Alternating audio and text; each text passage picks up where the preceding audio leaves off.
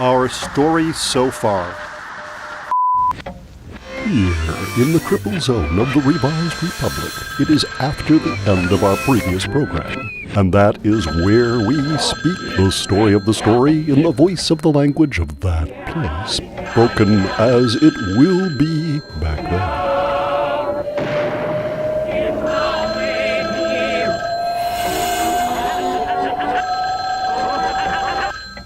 The telepathic motion picture of The Lost Tribes is an astonishing new telephonic science fiction television movie series. In every episode, stories of experiments will be performed and their moving conclusions given. For this television show is the story of the invention of the measurement of the ever-changing and expanding story of the unknown worlds of worlds, told and forgotten through the use of instruments of the telepathic cinema, here in a movie that is a television series, with exciting episodes lined up from now to the edge of the world. For as of now, we and you and I are on television, as we have always been for the billions of years before we were born. Television that is alive, where everything happens all at once, in all the many places, and in all the many times, all at once, and never again. 26 years, 26 episodes per year, 26 minutes per episode, 26 seconds per minute, all in an alphabet of disappearing time, lost among the traces of words that you forget as we speak. And so now, and then, let us travel together alone, all at once, in the time of our thoughts, through the uncubed time places of this telepathic movie television show, where in all those unrecorded places, times, and episodes, I and we are here to tell you the inspiring and horrible story of an imminent vengeance, arriving all at once here from the future and the future of the past, where you have been warned.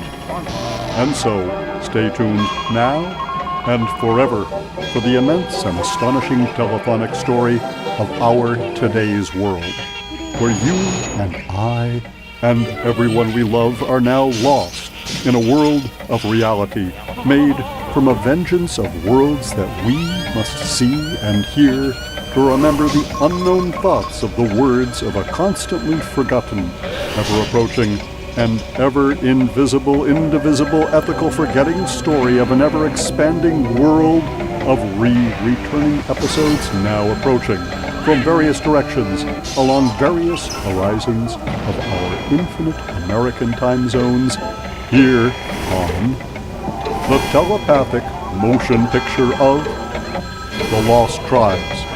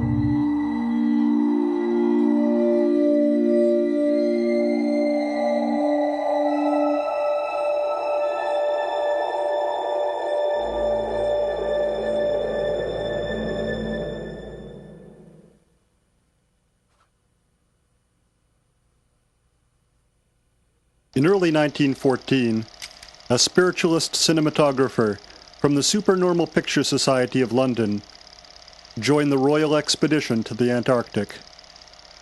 His name was James Maker. He was also known as Hivemaker. James Hivemaker hoped to photograph evidence of life after death. The spring of 1915 found James Hivemaker in France, where gas warfare had begun at the Battle of Ypres. Hivemaker photographed the Allied reaction to the new threat. Each day's batch of developed film brought Hivemaker closer to his goal of recording the moving spirits of the dead. The Supernormal Picture Society taught that the dead live near to us, but in an unknown world. This world could be made visible to us by the cinematographer who could see through the haze of our world to the darkness beyond.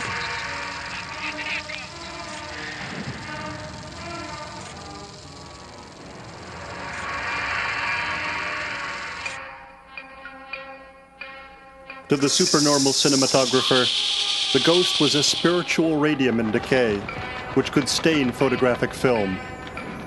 It lived in the land of the dead. Hivemaker wrote that he imagined this to be a place of dense vegetation, where the souls of the dead lived in the form of small floating lights. Hivemaker believed that someday these lights would swarm into our world to join the living.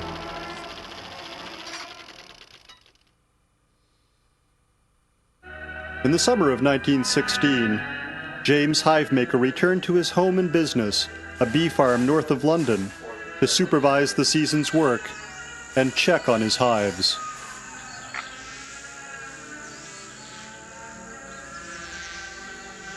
A telegram had warned Hivemaker of a new disease among the British black bees. To forestall possible ruin, Hivemaker hoped to purchase an experimental stock of specialty bees from Mesopotamia. He had heard that these special bees were both plague-proof and abundant producers of an unusually clear honey. If the experiment was successful, he would replace his entire stock.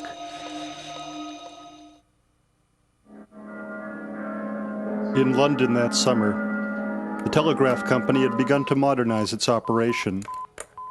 As a result, Ella Spiralim lost her job as a telephone operator.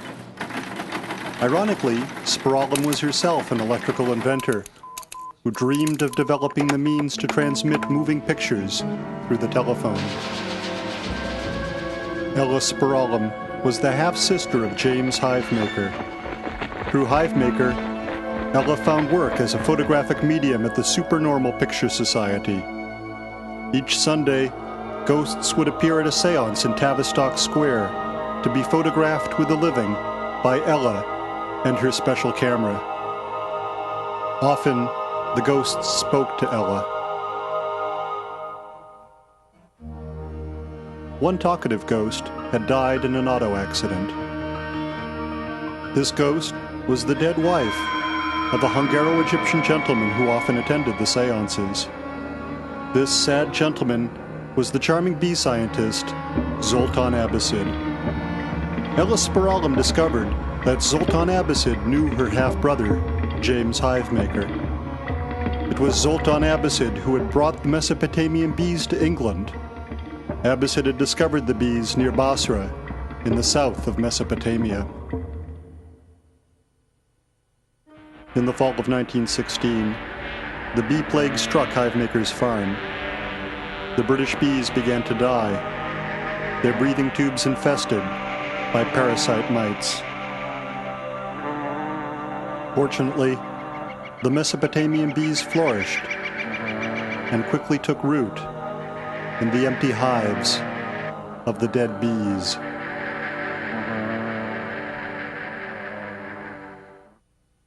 At that moment, a sudden love grew between Ella Spiralim and Zoltan Abbasid.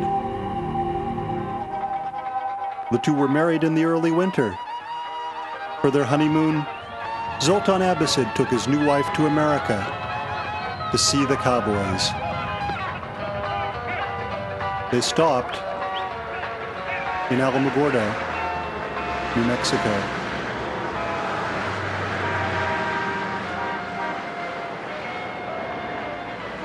I live in Alamogordo with my wife Melissa, right on the edge of the Army's Deseret Test Facility. My name is Jacob Maker. Hive Maker was my grandfather. I inherited my bees from him. I didn't keep them for the honey. I just liked to watch them.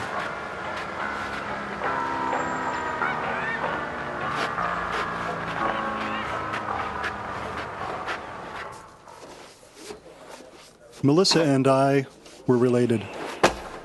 Hive Maker's half-sister, Ella Spiralam, was Melissa's grandmother. Melissa and I met here in Alamogordo while we were working on the training simulator for the shuttle.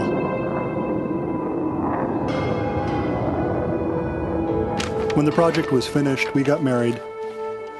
Melissa stayed on the shuttle as part of the technical support group.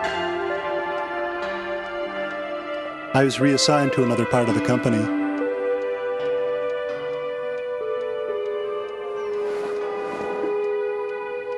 We still went to work together, but I'd felt uneasy ever since my reassignment. There was something in the air. Maybe my eyes weren't very good. That had to do with the job. I spent a lot of time in front of a screen at Frisch Flight Simulation, right on the side of the mountain above town. I was assigned to military systems, where we built weapon systems trainers, making sure that everything was as real as possible.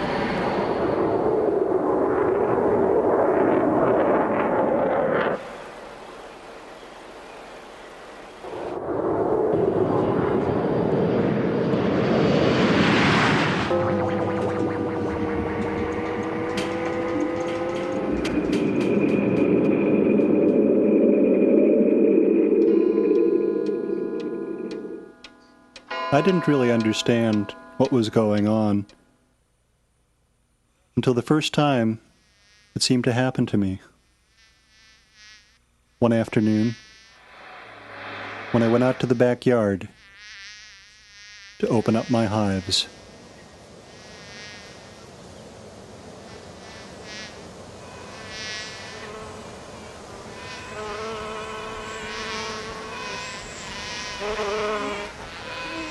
When I was among my Mesopotamian bees, I always thought about how things had changed.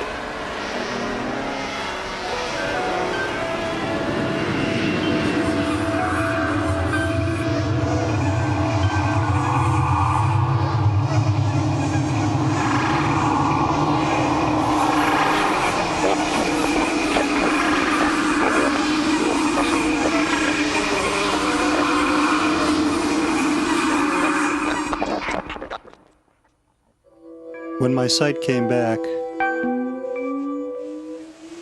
I was closing up the hive.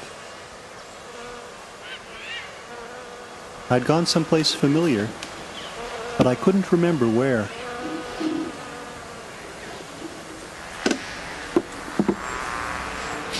I must have spent several hours with the bees. When Melissa came out to talk, it was almost time for dinner.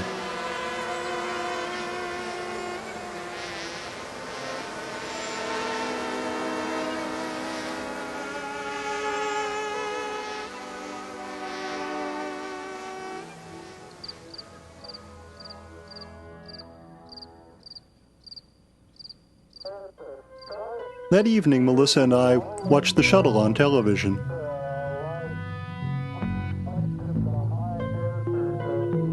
Technology. Being careful. What was the response to this program? Because we know Are you getting a PV picture now, Houston? the Defense Department on the realignment plan. You're in our field of view now. We made love that night for the last time. Beauty all its own. It's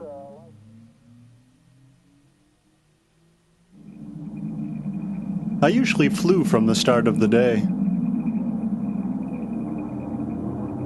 My specific assignment was the Army's Integrated Air Battle Mission Simulator, where several pilots could fly at once over a common landscape the size of New Jersey.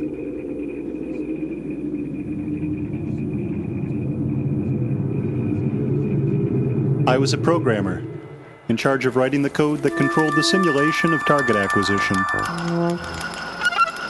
It was up to me to make sure that the gun sight displays worked.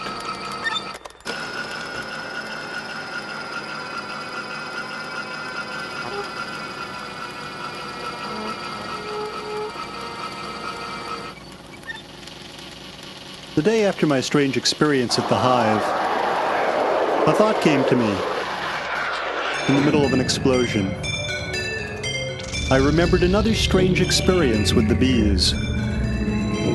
Only the week before, I had gone out after dinner. As I opened the Hive, I knew that something was wrong. There were voices inside the Hive.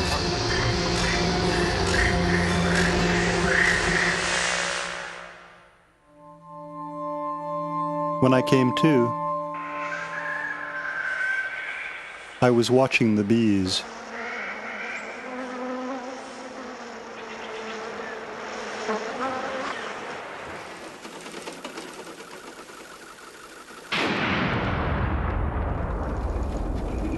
I realized that I didn't really understand my job. There were things I had to do, but I didn't really know what they were. So I went home early, leaving Melissa at work.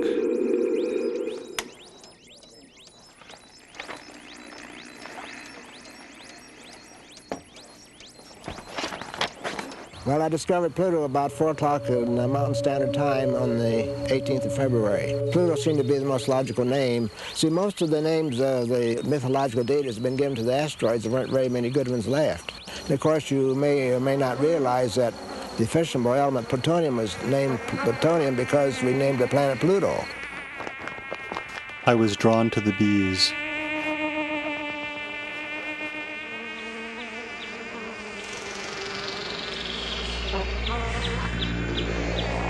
I wanted to be in the dark again.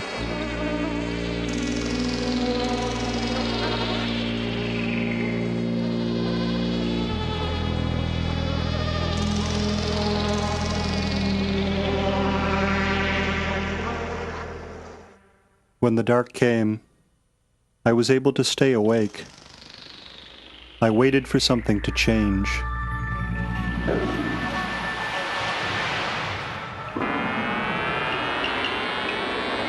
I began to travel.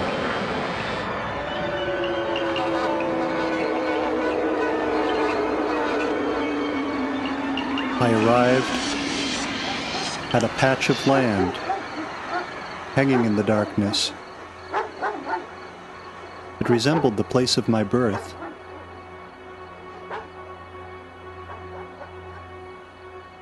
I was born on July 16th, 1945, in the house of my dead grandfather, a place known as the Garden of Eden, near Abilene, Kansas.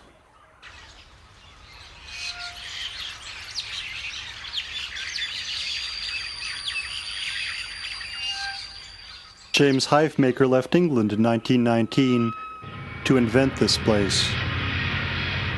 Concrete trees bordered the property.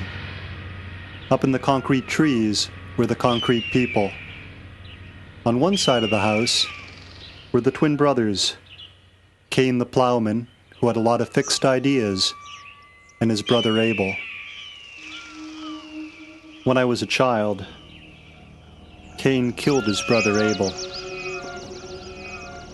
After that, God put an X mark on Cain's forehead in order to protect him from vengeance. Whoever killed Cain would die 13 times. I read this riddle in my grandfather's diary, which I found in the library. After that, I went for a walk. I couldn't go beyond the perimeter of the acre.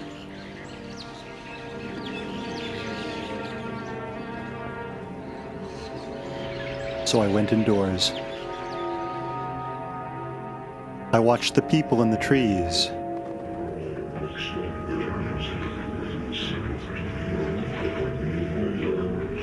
And Cain, as he left for another planet.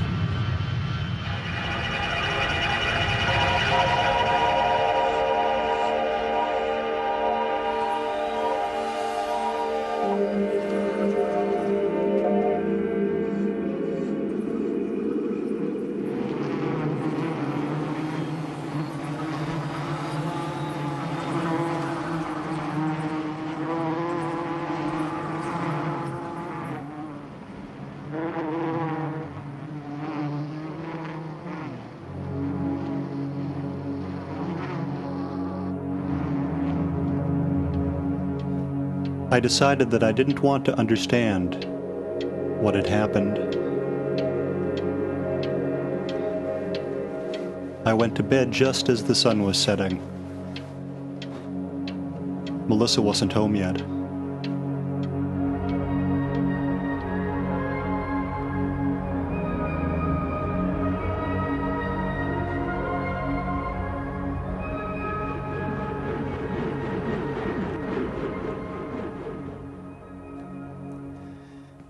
The next day at work, I felt especially sensitive to what was happening inside the machines. I could feel the weapons and the targets. Inside the targets, I could feel that there were souls. I was leaving my old self behind.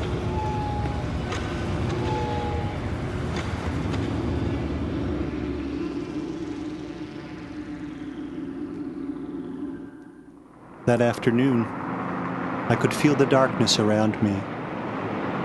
I was on the edge of a journey.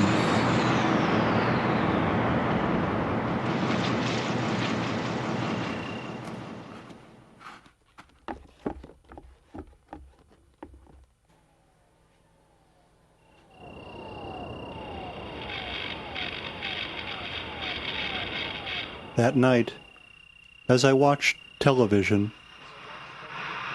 it occurred to me that the soul of a person could fragment and decay like one of Hivemaker's ghosts.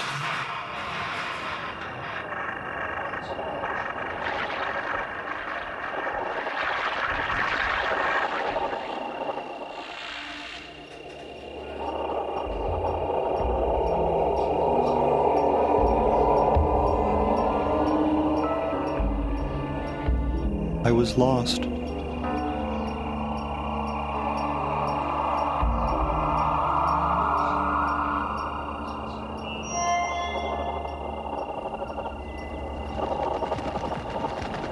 The dead were in the sky.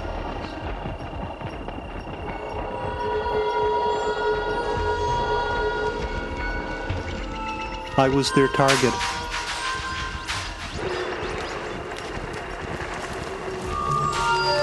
They wanted me.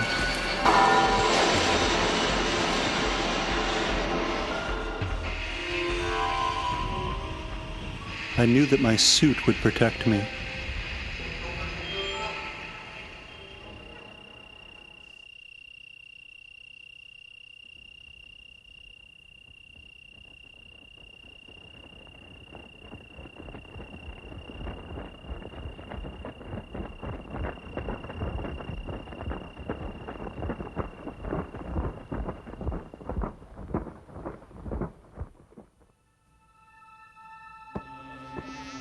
I didn't want to tell Melissa what was happening to me.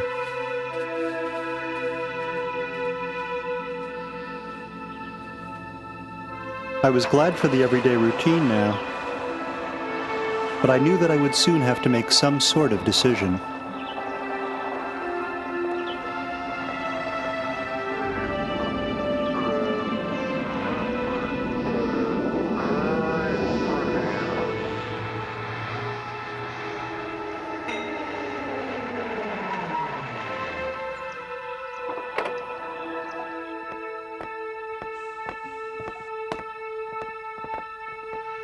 I separated from the ground.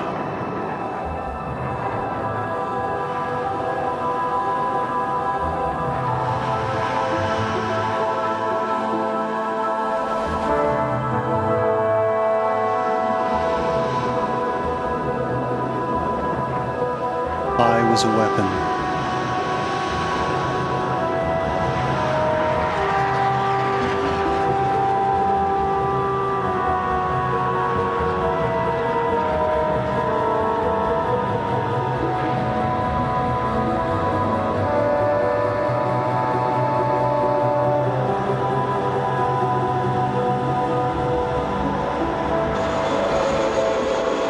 Our battlefields were prepared for us by the Defense Mapping Agency.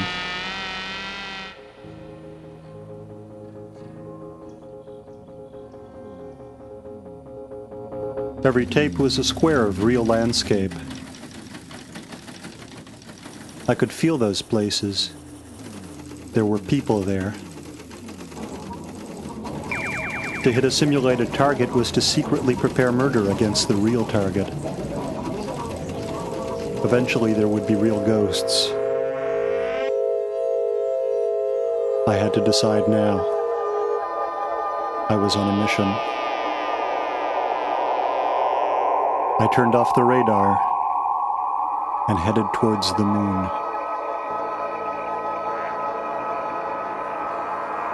The dead had attacked me. Now I would attack them. I was protected.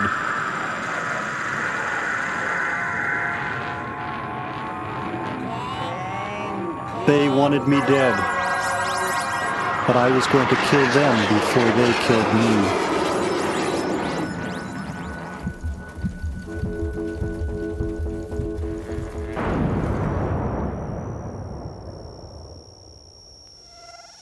I spent the night at a motel.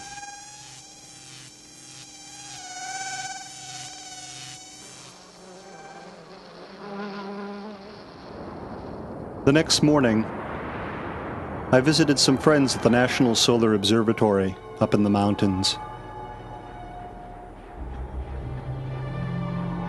We watched the clouds on television.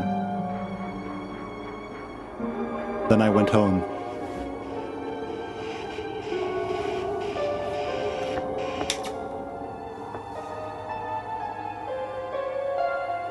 I wasn't a killer. I was a beekeeper. There was only one way I could go. I wanted to use the bees to go back to the Garden of Eden.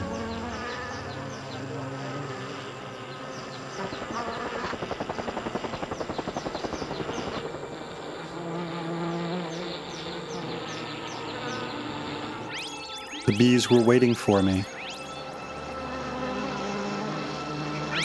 They pierced the side of my head.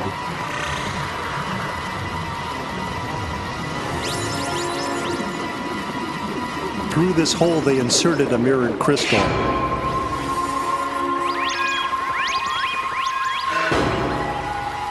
I had discovered television among the bees. Through the television, I could read my grandfather's diary at the Garden of Eden. Ellis Speralam and Zoltan Abbasid returned from New Mexico the next spring. Strangely, the Mesopotamian bees had multiplied over the winter. The hives were filled with their clear honey. James Hivemaker had never harvested so early as that year. The colonies were so crowded that every day there was a new swarming. Hivemaker followed lines of Mesopotamian bees away from the farm and found wild colonies in the trees and caves of the surrounding countryside.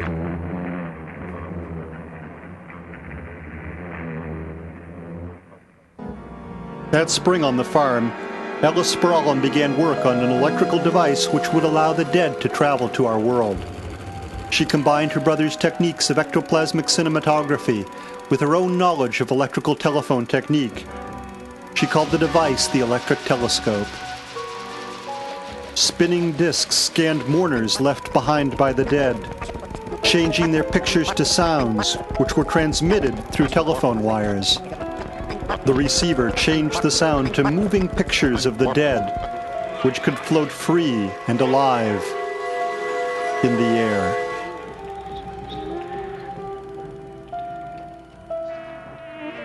Amidst all this activity, the bee scientist Zoltan Abbasid conducted his own experiments on the Mesopotamian bees he had provided Hive Maker.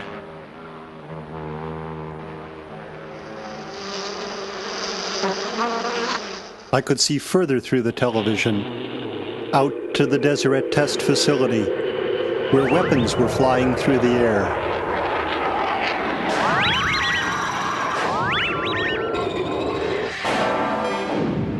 They were killing each other.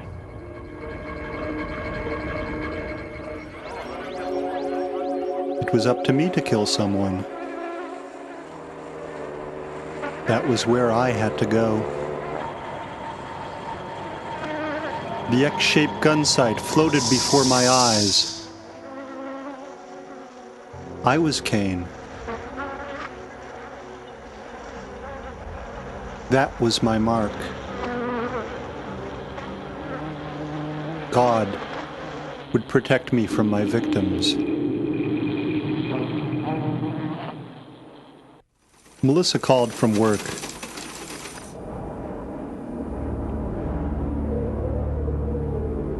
I told her that I was going out to the Deseret test facility to look at the Army's implementation of the Air Battle Mission Simulator.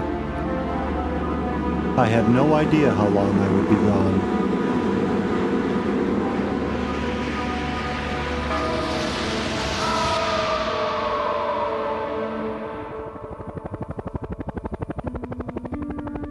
The Deseret test facility was about 60 miles down the road, through the desert. Deseret was the main American testing ground for guided, as well as semi-intelligent weapons. The facility was slightly larger than Rhode Island.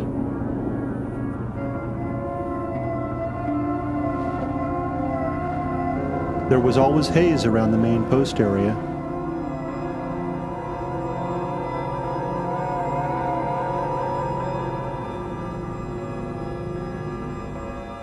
That had reassured me right away.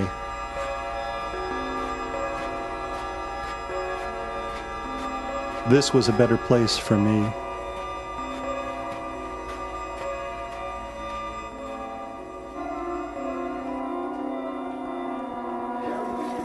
The Army was using my work to figure out problems they were having with the vision-guided missile system that they were testing for one of their contractors.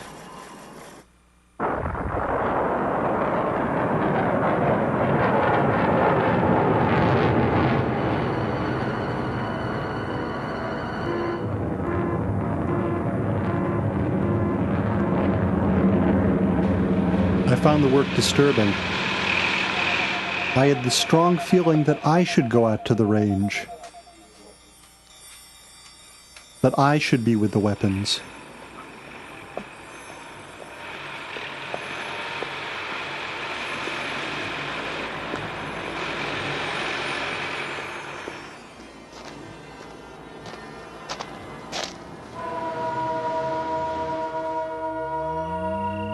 I rented a small place in a trailer park not far from base.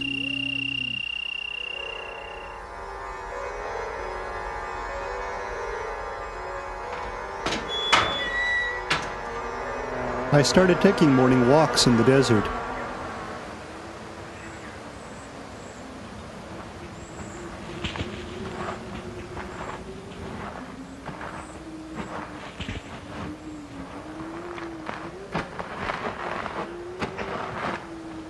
All this time, the bee television was active inside me. I received pictures from the bees. They showed me how weapons died every day.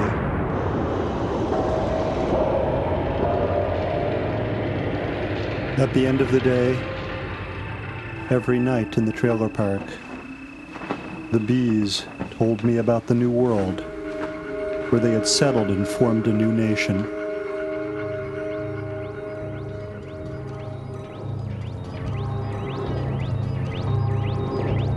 It was the land of the dead.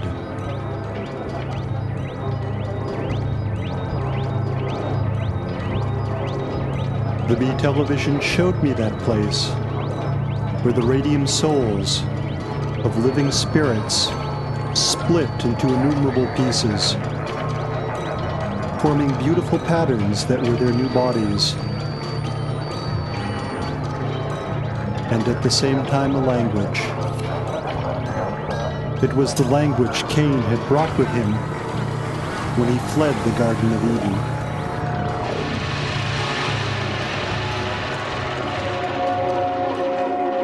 The thought of this new world excited me.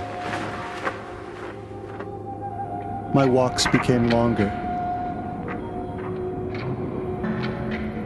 I often found myself 15 or 20 miles downrange, still full of energy.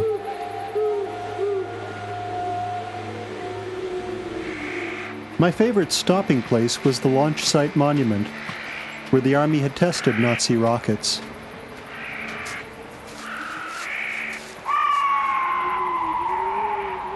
On the bee television, I could see that this is where the moon and the earth were joined.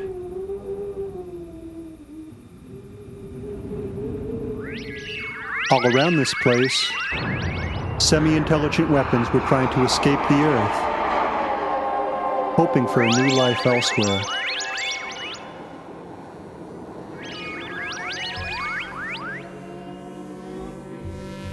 When I was away from the ground, the bee television became even clearer. I could lose myself in the images and become a weapon myself, rising through the air.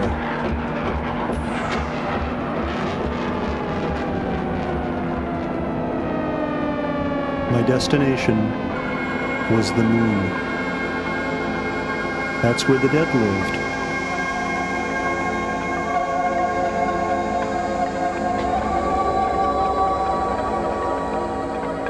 I always enjoyed visiting the moon.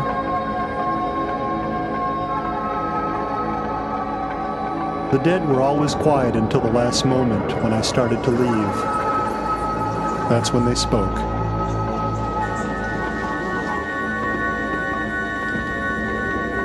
They spoke to me as bees.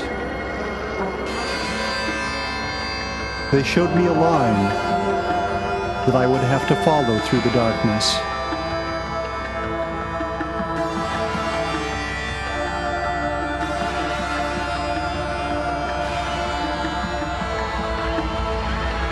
It led to a place hidden in the desert where they were waiting for me.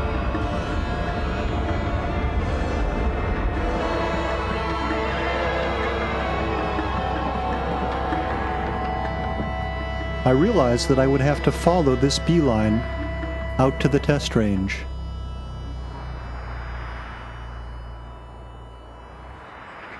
That's where the weapons were. They were leaving around the clock. No one on base ever seemed to wonder what happened to the missiles that never came back after the launch. But I knew that they had become flying saucers, and that I could join them if I wanted, and become one of them.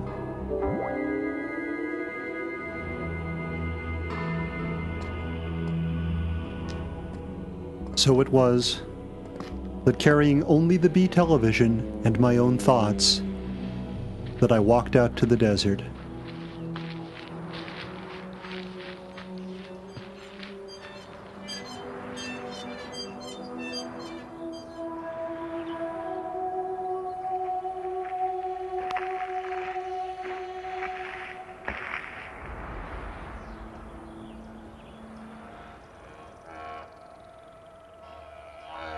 As I walked, the BTV showed me the sights of past, or future explosions.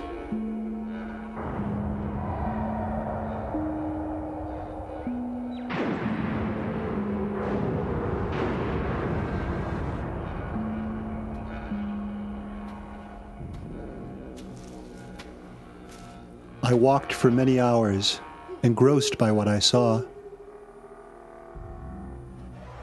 But eventually I awoke.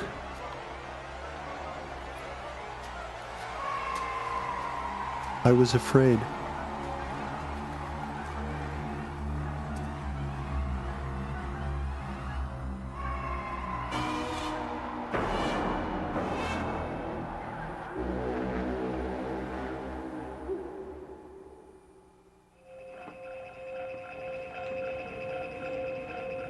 I could see the dead, shaped like letters of the alphabet.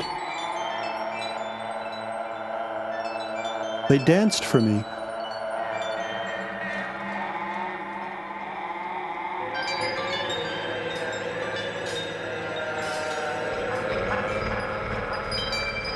The BTV appeared among them.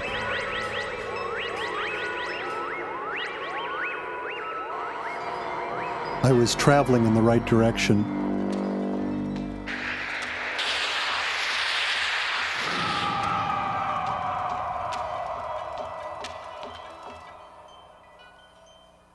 I woke on my feet, heading north.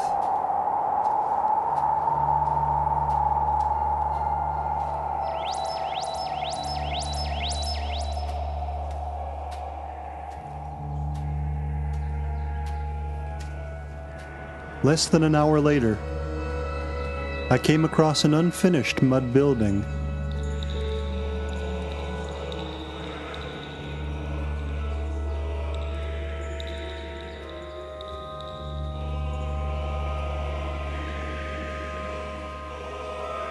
It was a library in progress for the Russian Orthodox monks of St. Anthony.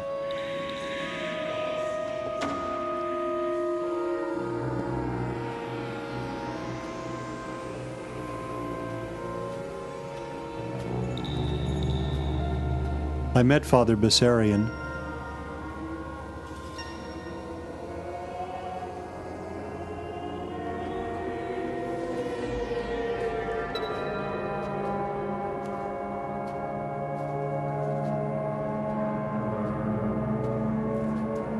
He told me that there were demons in the desert.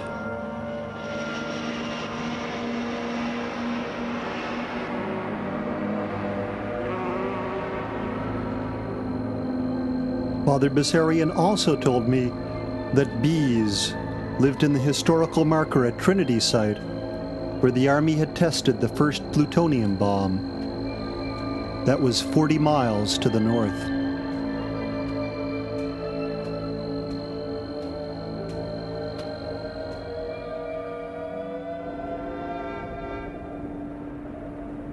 The next morning found me at White Sands, a great stretch of pulverized gypsum, the main ingredient in wallboard.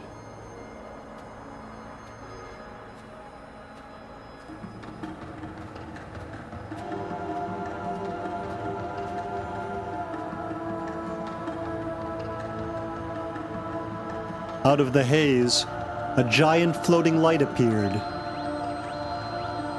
Its body was a poem written in the language of Cain.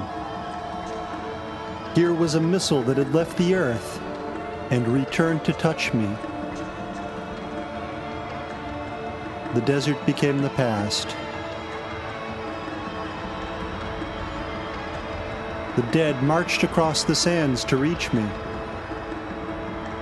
Their shadows crossed my face, and I began to cry. The sky opened. I could see the darkness.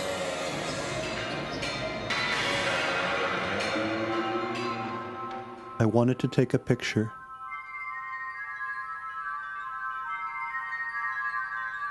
But all I could do was dance. That's when the bees arrived, riding on broken fragments of time.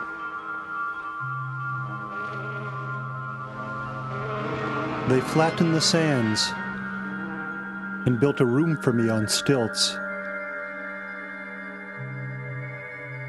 so that I could be in the air when the shuttle returned.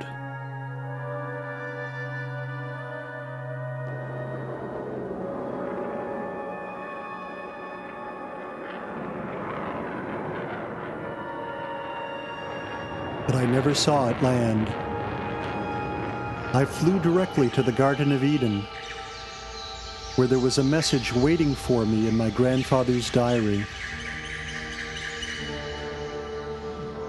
It was written by the dead.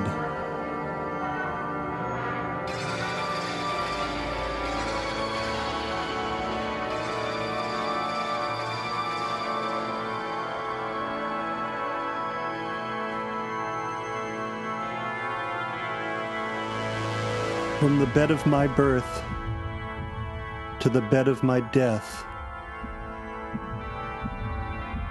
and beyond, I would have to travel with the bees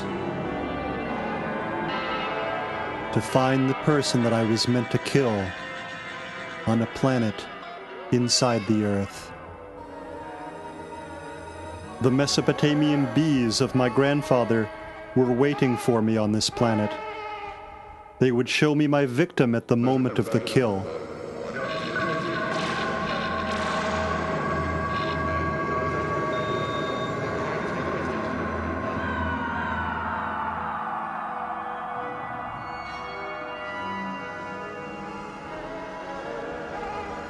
At the end of the story, I was still dead. An angel arrived from the planet of life to take me back to the white sands.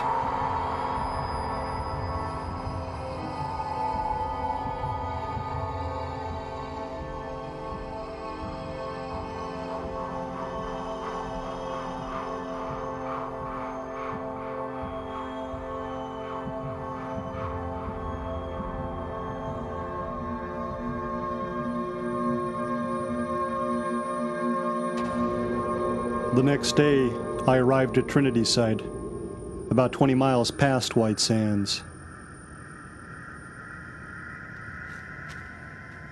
There were camera bunkers still standing from the famous test.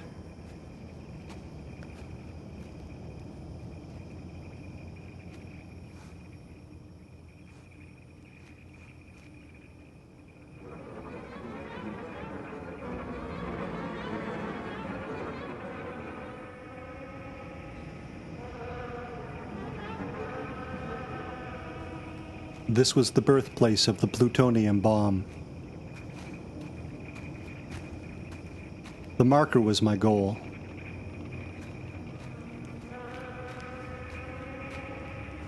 If there were bees, I was glad I had my suit on.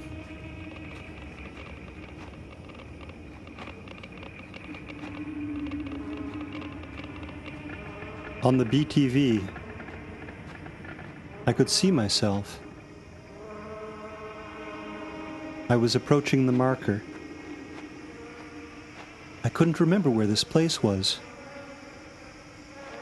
I did know that once I had traveled across the ocean to Basra in Mesopotamia in order to find the Tower of Babel.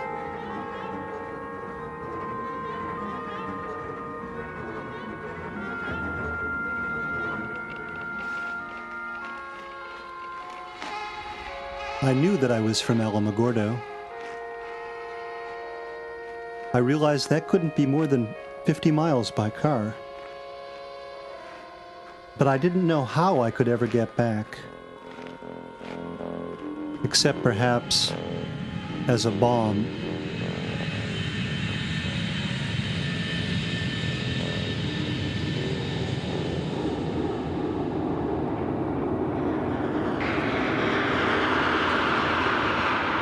I couldn't allow that to happen. I had to call Melissa and warn her. I dialed O for the operator, but got ground zero instead.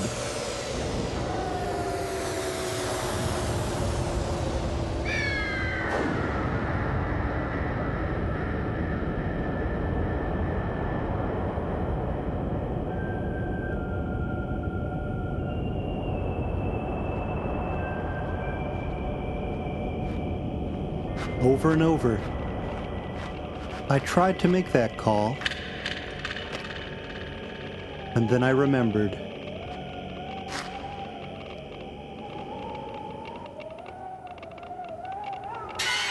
The BTV showed me that I was a Trinity site. So that I would understand, the bees showed me a little movie called The Garden of Eden Cave, starring me, Jacob Maker, as Fat Boy, the first and loneliest plutonium bomb. I lived in a mad tower above Trinity site. The day of my death, the other dead came to visit me. They said, "Little bomb, it is July 16th, 1945.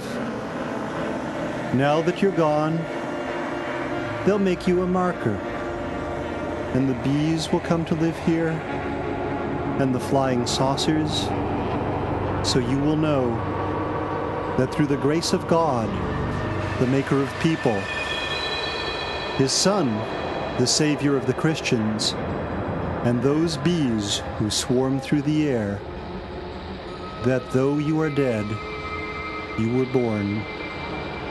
Zoltan Abbasid, on July 11th, 1882. This was true.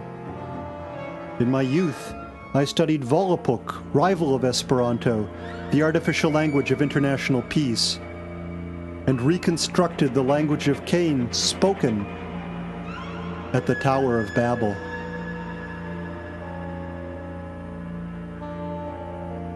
In 1915, I, Zoltan Abbasid, traveled to Basra in southern Mesopotamia in search of remnants from the Tower of Babel. The British campaign in Mesopotamia had recently climaxed with the surrender to the Turks at Kut. I traveled by aeroplane and boat against the retreat to arrive at the famous tomb of Ezra, gatekeeper at the Garden of Eden. I knew that here were hidden the remnants of Babel. I found native bees in British hives.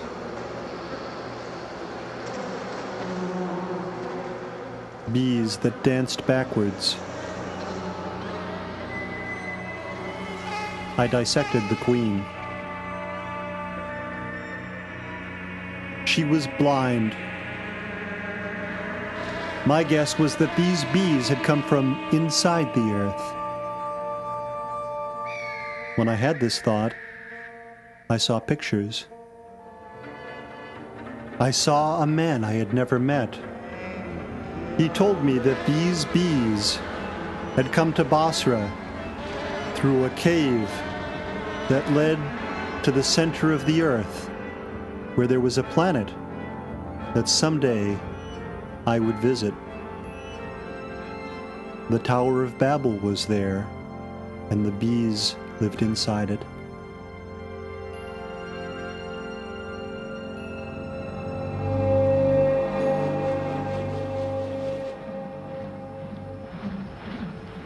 When the movie was over, I realized that the world was surrounded by darkness. That's because there was a cave the size of Midtown Manhattan, hidden beneath the New Mexican desert.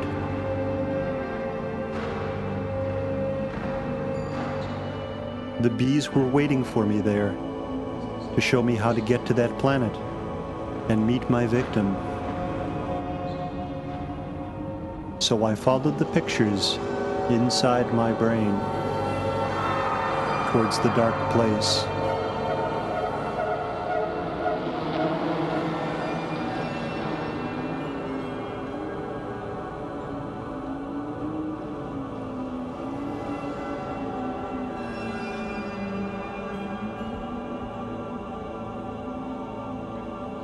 Beyond the desert, In the mountains, I found the Garden of Eden cave. There was only one way in.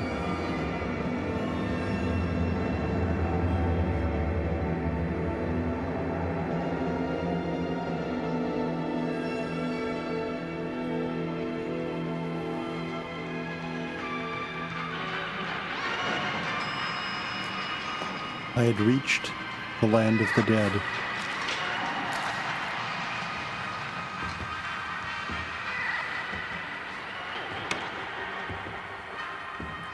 I relaxed for a few moments. Then I was ready.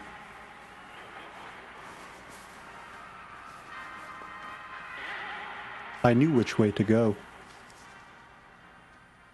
Into the darkness.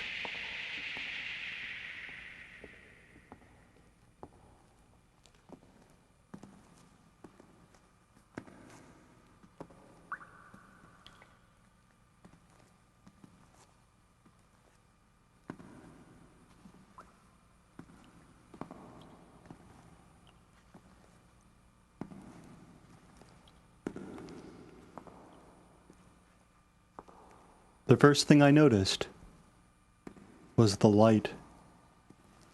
The bees had illuminated the cave for me.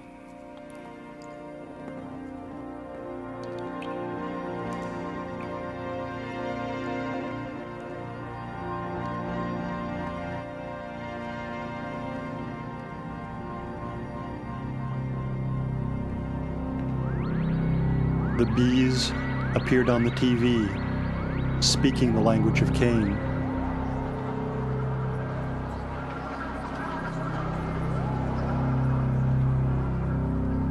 They were waiting for me. They weren't directly visible to sight, but I knew they were there. The intricate stonework was their honeycomb.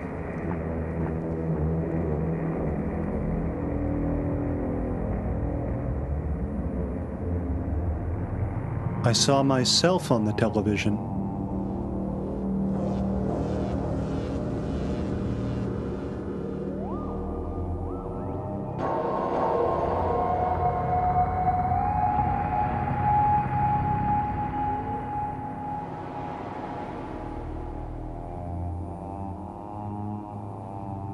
Then I saw the bees directly for the first time.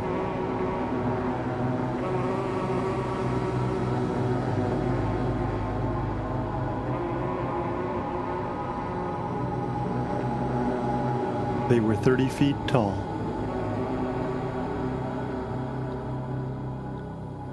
They sang for me.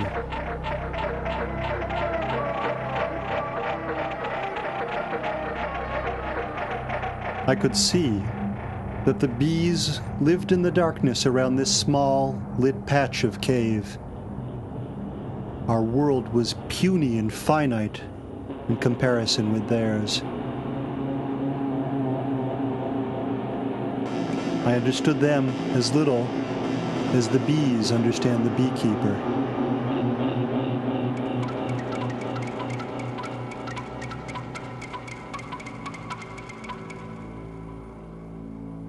That didn't discourage me. I continued to walk through the cave, a tourist in the land of the dead. Each corner held a new amazement. They had created a world where the dead could live. Each soul could have a square of land and time.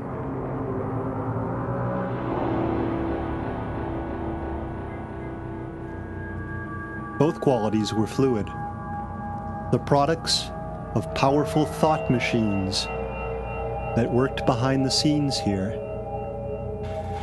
powered by the raw energy that the bees emitted.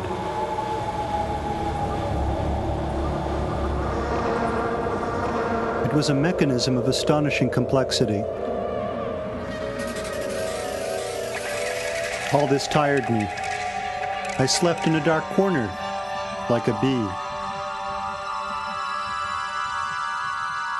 When the underground sun rose, I could feel my destiny pressing in on me.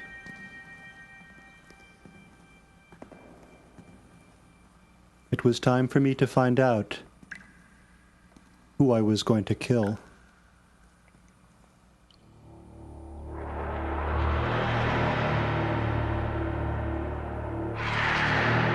Time ran forwards and backwards.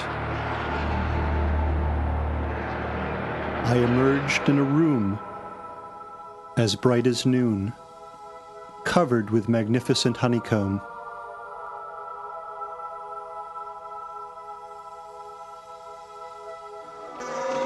Hidden behind those walls, the bees were hard at work, sculpting enormous wax figurines, feminine forms in which they intended to enter our world. They promised me one of these bodies after my death. To earn it, I would have to enter their world.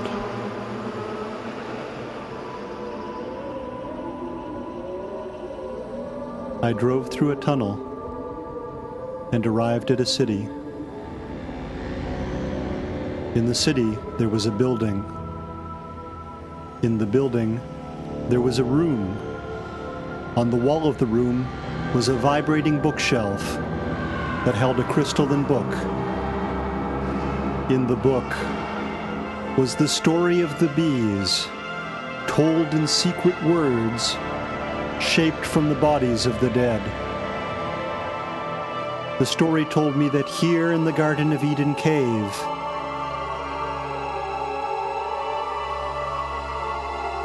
vengeance was being planned for the dead.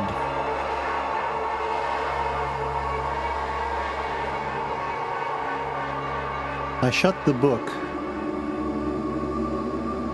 left the building, and got in my car for the long journey home.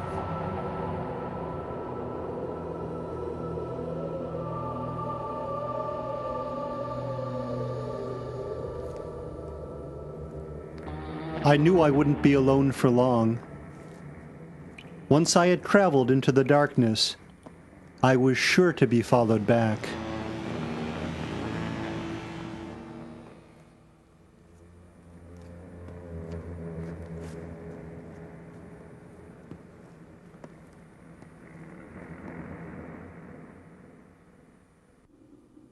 That afternoon, out of the dark machinery,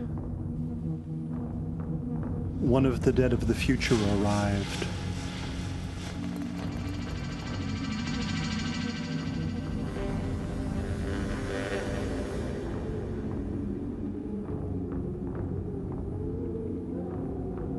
It was grotesque, with 4 brains on a single body.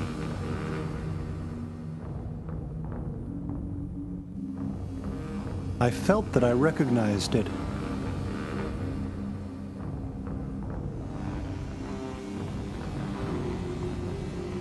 I was afraid, but I was drawn towards this thing. I followed it deeper into the cave.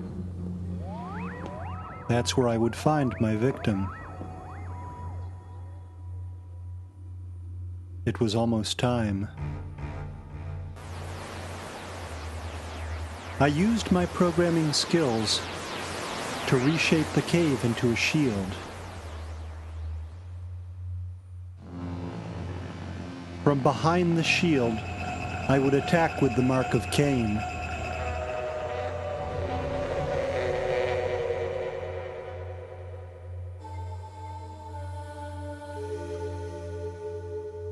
My reverie was disturbed by the sound of a telephone ringing in the cave.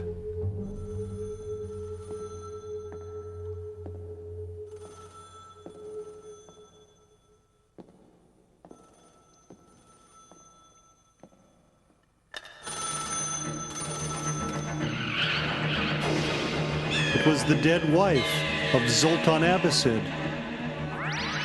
She was calling from the moon.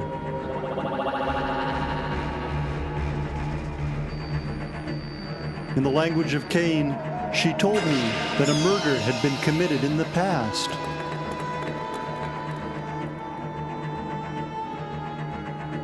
And that I would kill again in Basra, southern Mesopotamia. As I spoke to her, I realized again that I was Zoltan Abbasid. I was already dead, yet I was still Jacob Maker, so I already had my new body. There was vengeance for the dead in this cave. They wanted me. So I went into the darkness to hide. An escort appeared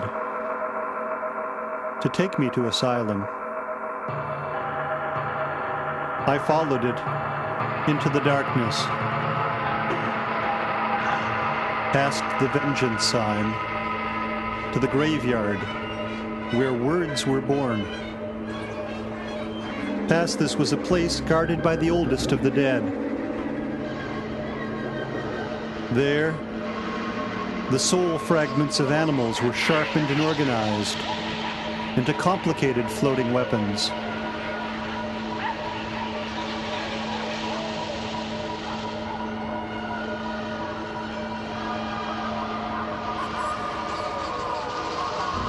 Beyond was safety. The puzzle planets, shuffling in perpetual confusion. I went down to one which had a moon. This was my secret planet of refuge. I couldn't pronounce its name. There, I was born again as the X-shape, a floating gun sight.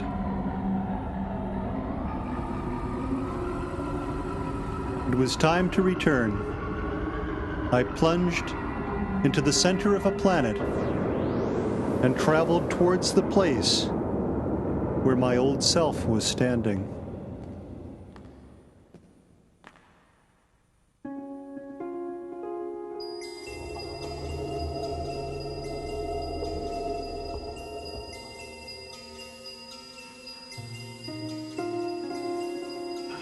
The X-shape led, and my old self followed, flying through the darkness on the B television.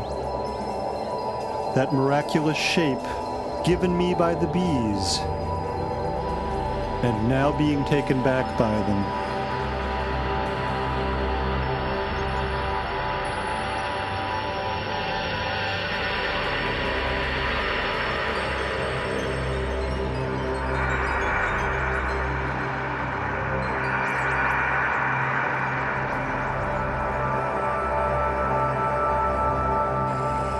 Our destination was one of the infinite planets of the future dead. This one was still geologically active. On it, cities were forming. Each city birth was preceded by the appearance of the Tower of Babel, a hive of words that articulated as streets and avenues.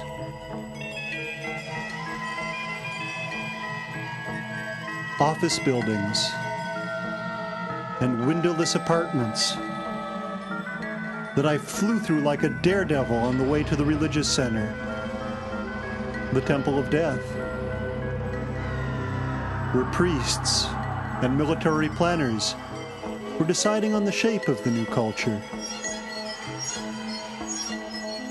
Each soul would have a home built on a floating patch of land. Each house would have a certain number of rooms, each with a chair. Sometimes there would be a lamp or a stairway for decoration.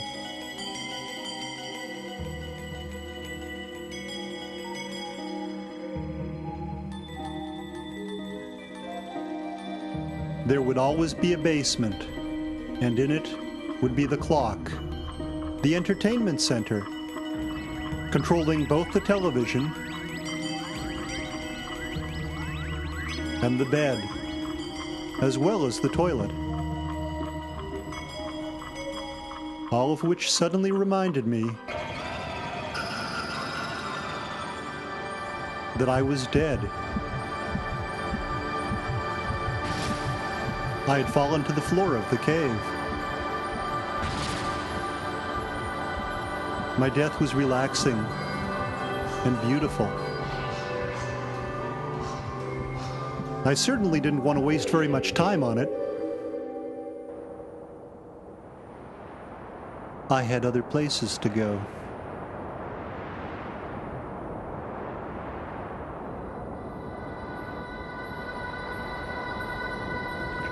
The first place you stop after you've died is the pulsating place, which is designed to be familiar to people who used to have bodies. There, I was reshaped in preparation for transmission to my next body. I became a short poem in the language of Cain.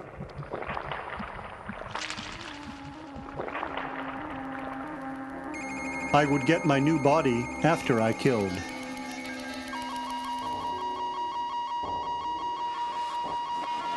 When the actual transmission began, the X shape was there for me. There were new escorts also, sent from the Temple of Death to watch me. Together, we approached the final journey.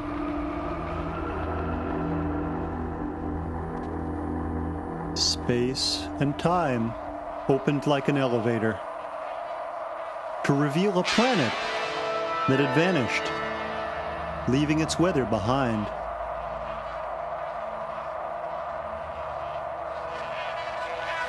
Here was the electric telescope, an astronomical instrument of planetary size. I looked in one end of the tube, and then the other, and started to search for the missing planet. I discovered the planet of television 4 hours after my death.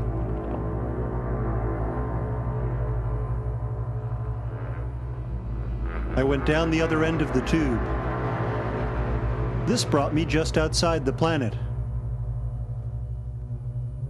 Inside, the television was at work. I went closer to investigate this marvel. It was the closest I would ever get to the eye of God.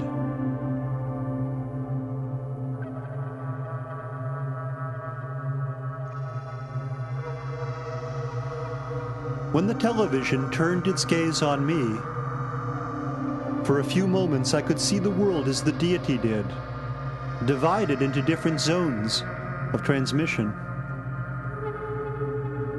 That was where I had to go. My escort was still with me.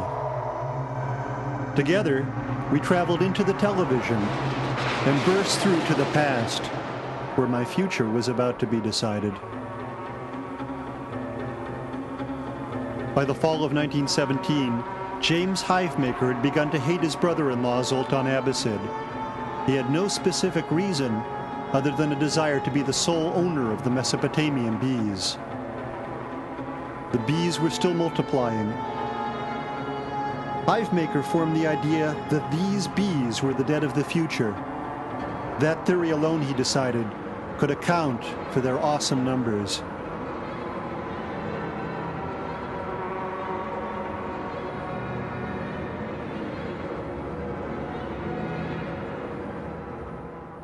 Ellis Peraltam's machine had not progressed.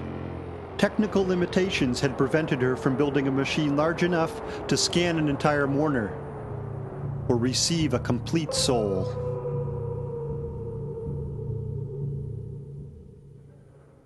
The night that I, Zoltan Abbasid, was murdered, I had decided to reveal the results of my experiments on the Mesopotamian bees to my family. A new variant of Ella's machine was running in the garden, pointed at the hives, creating images from the sounds of the bees. This was the first time either I or my bees had been in front of the device.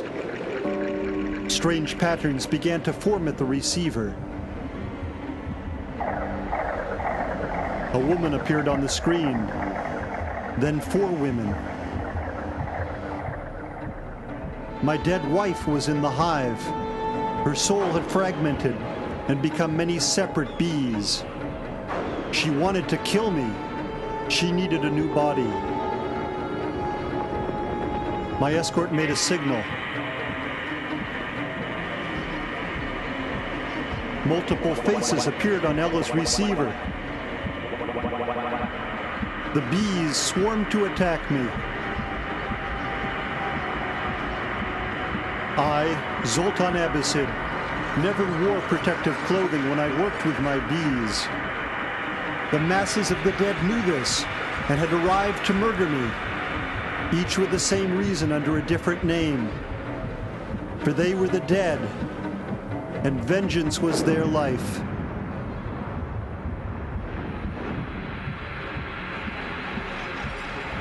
I was stung again and again.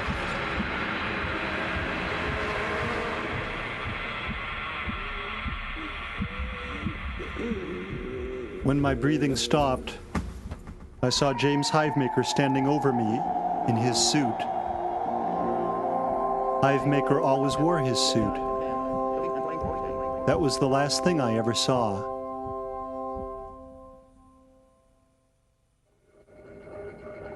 Now I was Cain. The X shape was my mark.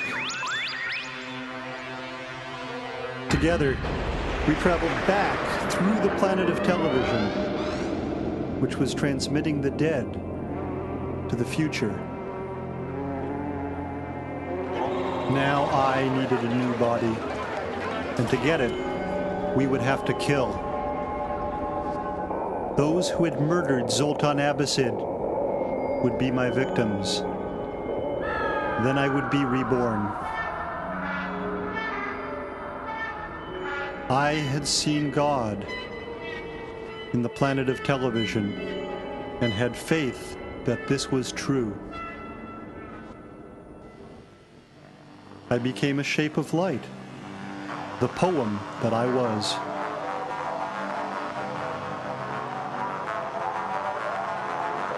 I hid in a flower crystal on the bee television. The X-shape followed the path that my enemies were fleeing along.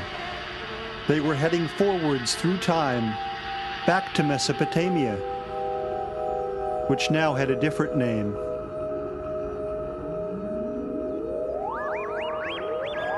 I followed my enemies through the bee television to emerge in the air above Basra, southern Iraq, in the year 1991. Now I was going to kill. That was my job. I spoke the code that changed the bee television into a weapon with the image of my special enemy engraved upon it.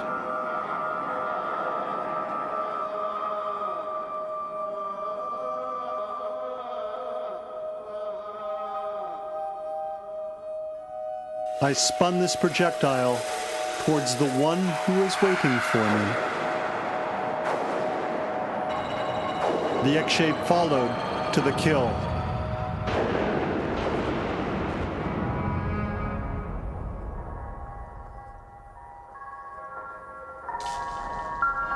Back in the darkness, at the graveyard beyond the vengeance sign, many new souls were born. They danced on BTV. This was victory. I went back to the planet of the future dead to celebrate. When I entered the city, my former escorts greeted me.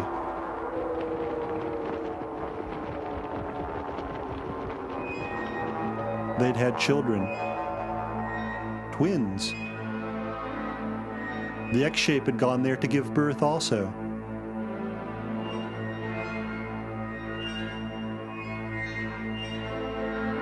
On the BTV, many new bodies were on display.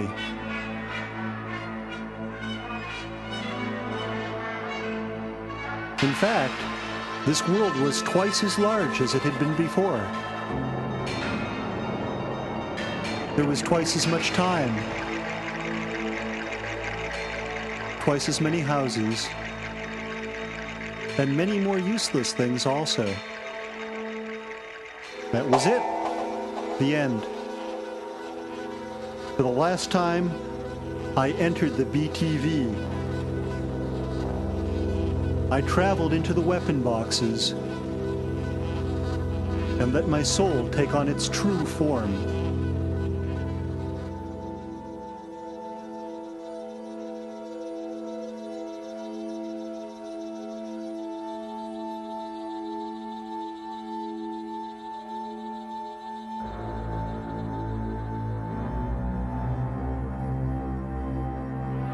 I am the X-shaped Siamese twins. With a little bit of thought, I can change my shape and have that body the bees promised me in the cave. We are Siamese twins at the beginning of the world. My family is here. We're all attached. That's me, Jacob Maker, and next to me is me, Zoltan Abbasid. We're on top. On the bottom are the two Iraqis we murdered in the tank. They're our brothers now. We can live anywhere on this planet that we want to, but there's no place like home. We're going back to the Garden of Eden. Or actually, where we went to live after we left the Garden of Eden.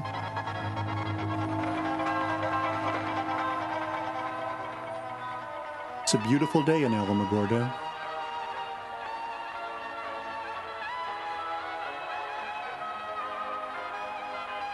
I really enjoy my job.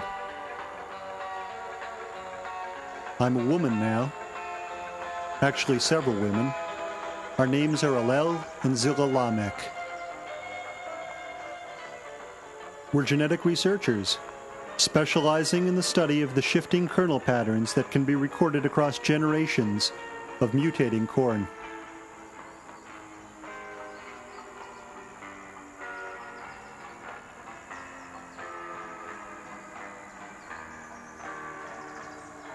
My research is paid for by my dead grandfather, James Hivemaker, who moved here from Kansas in the 40s with his half-sister Ella Spiralam. He'd made a fortune in beekeeping, which he let Ella invest in a flight simulation company. The Tower of Babel, right here in Alamogordo. That's where my brothers work.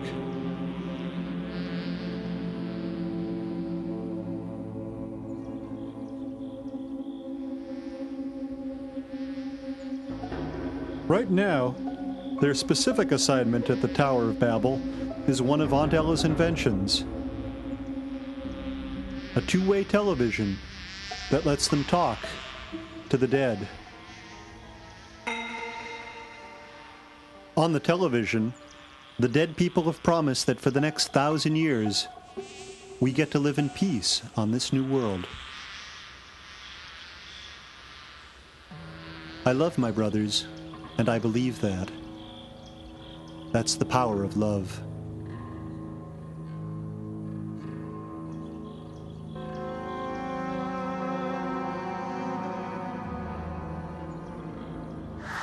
Our story so far. Here, in the cripple zone of the Revised Republic, it is after the end of our previous program. And that is where we speak the story of the story in the voice of the language of that place, spoken as it will be back then.